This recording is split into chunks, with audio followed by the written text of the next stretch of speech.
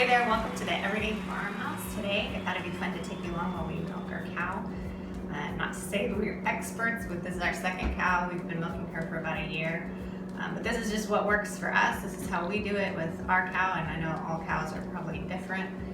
She doesn't need to be in a stanchion or anything. She stands for us in the field, so just show you how we do that. We don't have a lot of equipment. We milk her by hand.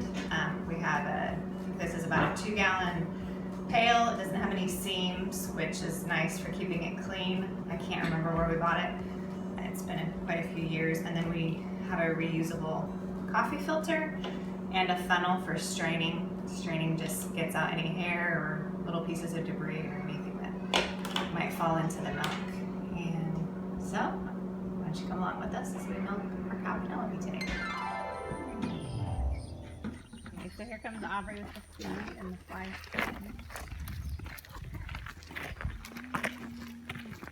Good morning, Penny.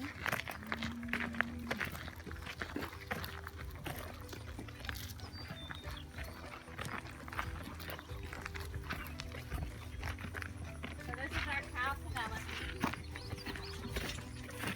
So she stays out in the field with the bull that we have right now. We milk her up here in the crown.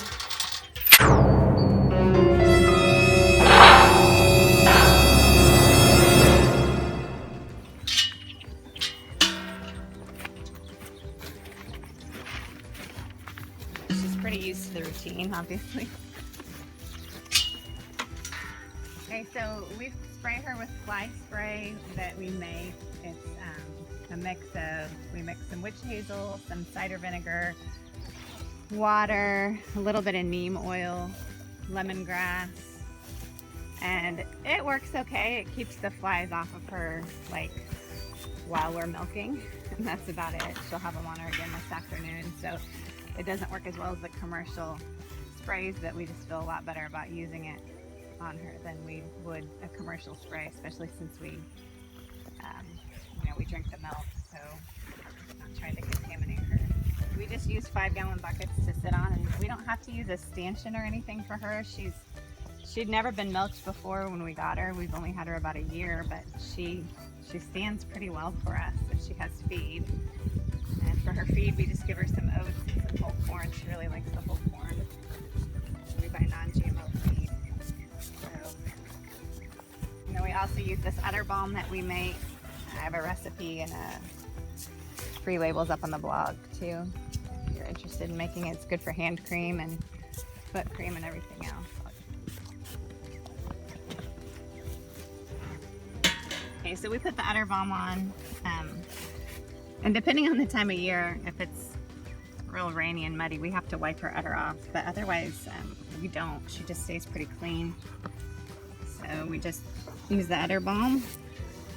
I think technically your first couple squirts are supposed to go on the ground, and then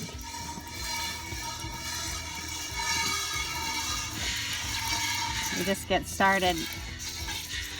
Her bag and her little teats are pretty small, so we just kind of use the front of our hands. This front one here is big enough that you can wrap your whole fist around it. Kind of squeeze and pull down. I don't know if you can see that or not. But the other ones are just much easier. Just kind of a squeeze and pull motion.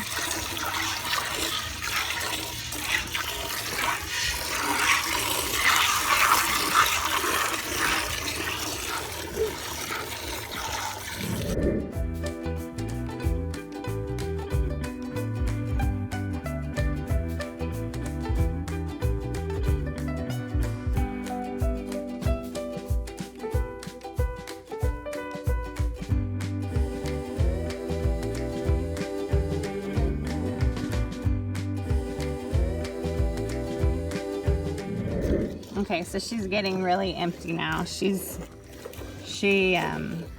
hasn't been fresh since last spring, so it's June now. I think she was fresh in May of last year.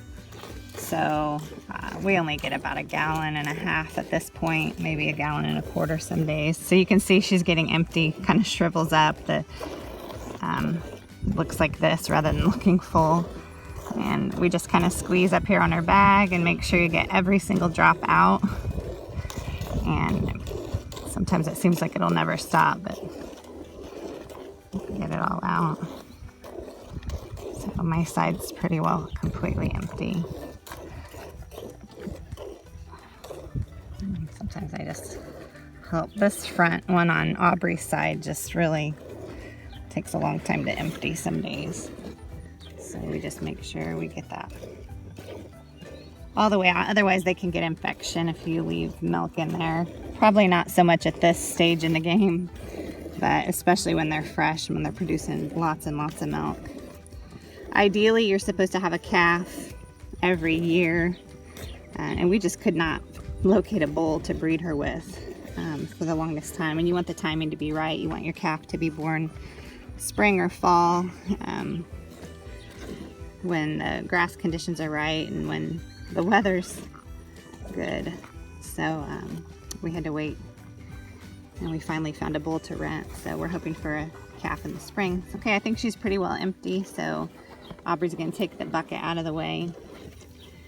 She behaved really well today. It doesn't always go that way. Some days she's antsy. It's typically when she's in heat.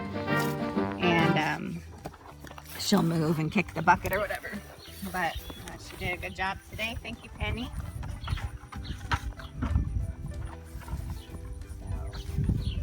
Good cow. All right, now we're gonna go inside and we'll put the buckets away and strain the milk, and then we're done. It really only took, I don't know, maybe 5 minutes to milk her out. I didn't time it, but we can look and see. It doesn't take very long, especially when they're only given about 1.5 gallons. So you can come on inside and I'll show you how we strain the milk. So this is how we strain the milk. We just use a funnel and a coffee filter, and nothing elaborate.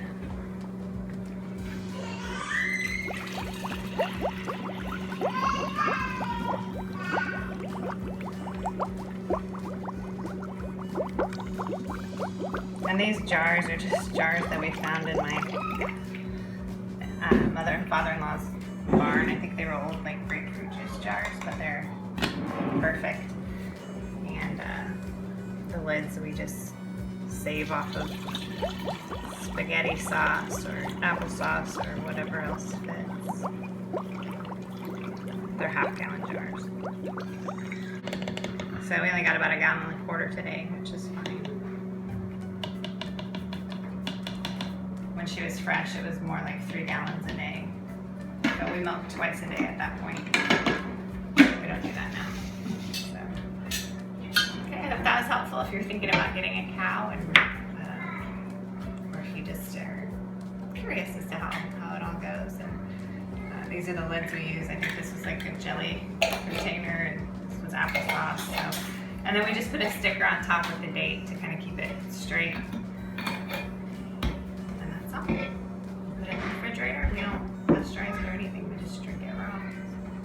Thanks for stopping by the farmhouse today. I hope this was helpful or interesting to you, and we'll come back again next time for our other videos.